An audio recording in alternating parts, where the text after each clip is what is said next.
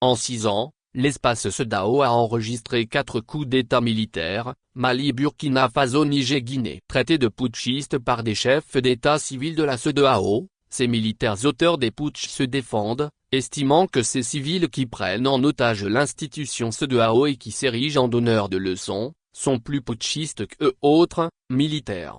En effet, se référant à la définition de coup d'État telle qu'adoptée par l'Union africaine, on peut dire sans se tromper que des chefs d'État civils de l'espace CEDEAO sont auteurs de refus de remettre le pouvoir au parti ou au candidat vainqueur à l'issue d'élections libres, justes et régulières, et aussi d'amendements ou de révision des constitutions ou des instruments juridiques pour porter atteinte au principe de l'alternance démocratique. Des pratiques que l'Union africaine inscrit dans le registre des stratégies de coup d'État ou de putsch, à travers la définition qu'elle donne au changement anticonstitutionnel de gouvernement dans la Charte africaine de la démocratie, des élections et de la gouvernance qui dispose en son article 23, ce qui suit.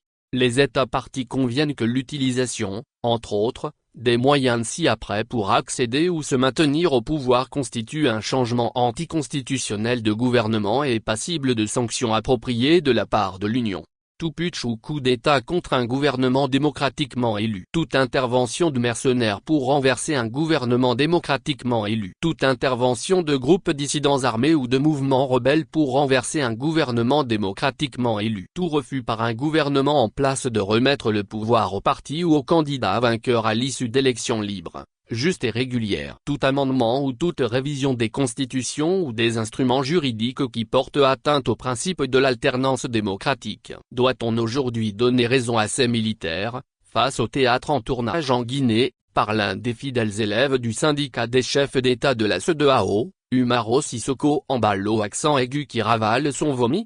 En effet, le 11 septembre 2024, il y a juste 7 mois, le monsieur disait « Je ne serai pas candidat en 2025. Mon épouse m'a conseillé de ne pas me présenter. Je respecte donc ses conseils. » Je disais à l'époque, d'ailleurs tout comme plusieurs autres observateurs avisés, qu'à force de cheminer avec les porcs, le mouton finira par goûter aux excréments humains. Et voilà, le 3 mars 2025, Umaro Sissoko Embalo accent aigu se livre à un rétropédalage qui relève des absurdités. Je serai candidat à l'élection présidentielle du 30 novembre. Waouh! Comme les conseils de Dame d'Inisia Reis Embalo accent aigu ont peut-être évolué. Ou peut-être dois-je dire que Umaro Sissoko Embalo accent aigu venait de prononcer son divorce des conseils de sa chère femme, première dame de la Guinée-Bissau, si bien sûr celle-ci est restée fidèle à ses conseils qui ont amené monsieur le président de la Guinée-Bissau le 11 septembre 2024 à faire le serment de ne pas briguer un troisième mandat.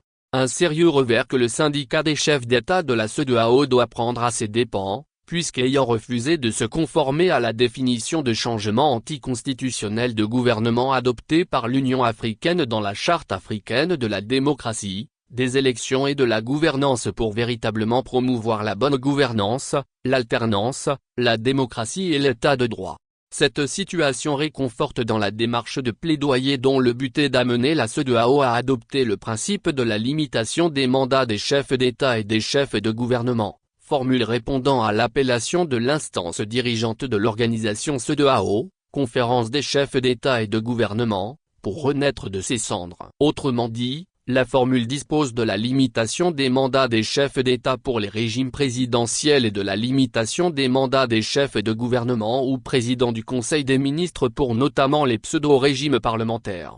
L'adoption du principe de la limitation des mandats va permettre à la CEDEAO de mettre définitivement fin aux diktats des chefs d'État véreux qui, à travers leurs attitudes totalement irresponsables, avilissent l'image de l'institution. C'est inadmissible. Cette facilité avec laquelle des hommes qui président à la destinée des États, peuvent changer de veste. Ces comportements rétrogrades et dangereux ne servent d'aucune leçon aux jeunes générations. À cette allure, l'avenir de l'Afrique s'annonce périlleux. Il est donc temps que la CEDEAO prenne ses responsabilités afin de mettre fin au dérapage des brebis galeuses qui freinent l'élan de développement de la mer Afrique. D'où l'appel aux organisations de la société civile ouest-africaine de poursuivre avec sérénité le plaidoyer pour l'adoption du principe de la limitation des mandats des chefs d'État et chefs de gouvernement d'eau également l'appel à l'endroit de la CEDEAO, à savoir raison gardée en refusant de céder au chantage de certains régimes qui sont à l'œuvre pour saboter la mission de l'institution CEDEAO, d'où encore l'appel à l'endroit de l'Union africaine de ne pas rester spectatrice de la désintégration du continent et de l'état de déliquescence avancé dans lequel des dirigeants véreux, méchants et dictateurs abandonnent leur pays, d'où en dernier ressort l'appel à l'endroit de la jeunesse africaine et ouest-africaine en particulier à jouer efficacement son rôle dans le devenir du continent africain. Rodrigue libre penseur. Source, Togoni Iba. Actualité Afrique featured opinion pays politique.